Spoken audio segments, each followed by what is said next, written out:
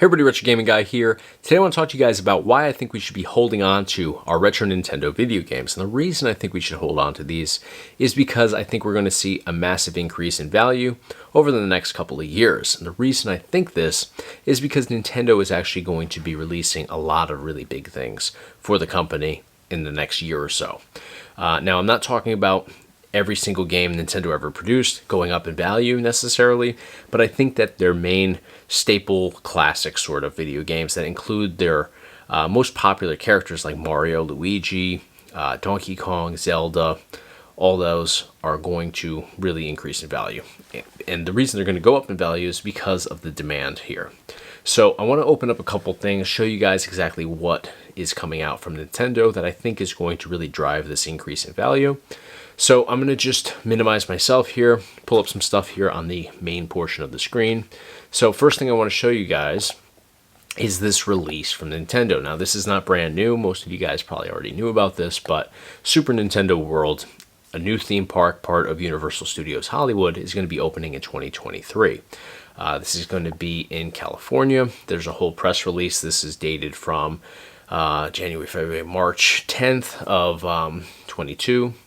So not brand new, but it's been out there for a couple of months now, and you can find news through the Nintendo website and obviously through Google. Great coverage and a bunch of really great articles talking about this, but this is going to be coming out sometime in 2023. No official release date or grand opening or anything like that scheduled as of right now. But in addition to that, we also have the Mario movie that's going to be coming out in 2023 as well.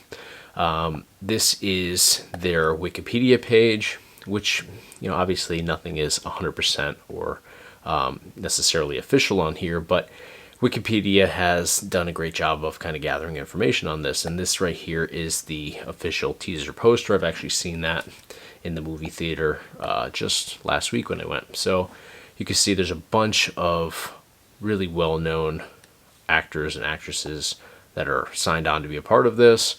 So they're probably in post-production on this already. So obviously a lot can happen. These release dates can get pushed back for both of these. But I think the theme park as well as the movie is going to open up their fan base considerably. It's going to get them younger fans that are not necessarily aware of Nintendo or not huge fans of it as of right now, but it's also going to revitalize their fan base as well. It's going to get people thinking about Nintendo again, people that maybe haven't played any classic Nintendo video games in 20 years or so.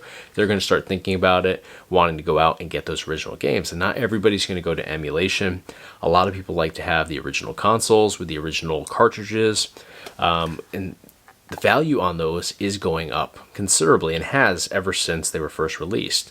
Now, you don't see value increases right off the bat. Games like the latest Mario Kart for Nintendo Switch, for example, it's been out a couple of years, but it's still being manufactured and produced. So you don't get much resale value there or value on your current version of it. So we're going to open up pricecharting.com. This is a great database of prices for classic video games, trading cards, comic books, stuff like that. Now, this isn't going to give you exact prices. It's going to give you the ballpark. It's going to give you an average. So if we go in here, we typed in, let's say, Mario Kart 64. It's going to pull up everything Mario Kart related. We're going to go to the N64 main version because there were bundles and stuff like that for this. And you can see here is the box. Here is a chart, very much like reading a chart for stocks or cryptocurrencies. It's going to show you the value and how it's increased or decreased over time. So if we go back to 2007, for example, and this is the game Loose. This is just the cartridge, not the box or anything like that. Actually, we can change it to new over here. And you can see across the bottom here, loose price, complete price, new price, graded price, box only. So this is just the box, and then just the manual. And it's going to show you guys the price for each of those. So if we go over here to, let's see, what's this going to be like, 2011, February 11, for a brand new Mario Kart 64 in the box, you were looking at $119 valuation.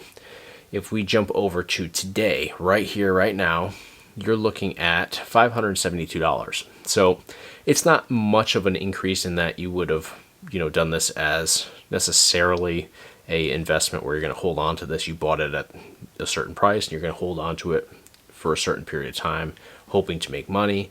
You'd have to just do it in such bulk that, I don't think that it really makes much sense to do that. But if you have this in your collection, you're looking to sell it, the point is you may want to wait a couple more years, because you can see here, massive increase here around the pandemic. Video games in general just were going crazy during the pandemic because everybody was trying to stay entertained. But you can see massive increase there. It's starting to come down. So we have peaks and valleys. If you follow this chart across, all games are going to be like this. Prices go up, prices come down. But if you take it from here all the way to here, the price steadily increases over time. Not to say that it doesn't go down at times. It certainly does. We're going to probably see it go down a little bit more because it seems to me like this is a kind of a correction where we saw a massive increase in price. It went from, at the bottom, 190 all the way up to, what's that, 867.38. So it's starting to correct, come back down. I think it'll probably settle around high 4s, low 5s. Again, right now it's at 572, so I think we'll probably see it come down another $100 or so. But I think with these releases from Nintendo, it is definitely going to peak again. It may exceed what it was at, or it may, just go up from where it is currently. But I do believe that we are going to see an increase across the board with these classic Nintendo games. So if we also were to look up, let's go with an older one. Let's do Super Mario. Go with Super Mario Brothers 3. Not necessarily the most popular one, but let's see. We got to find the NES version right here. And again, you can see all the different types of pricing. This loose price, that would be just the cartridge itself. Complete price, new price, so that would be new in the box.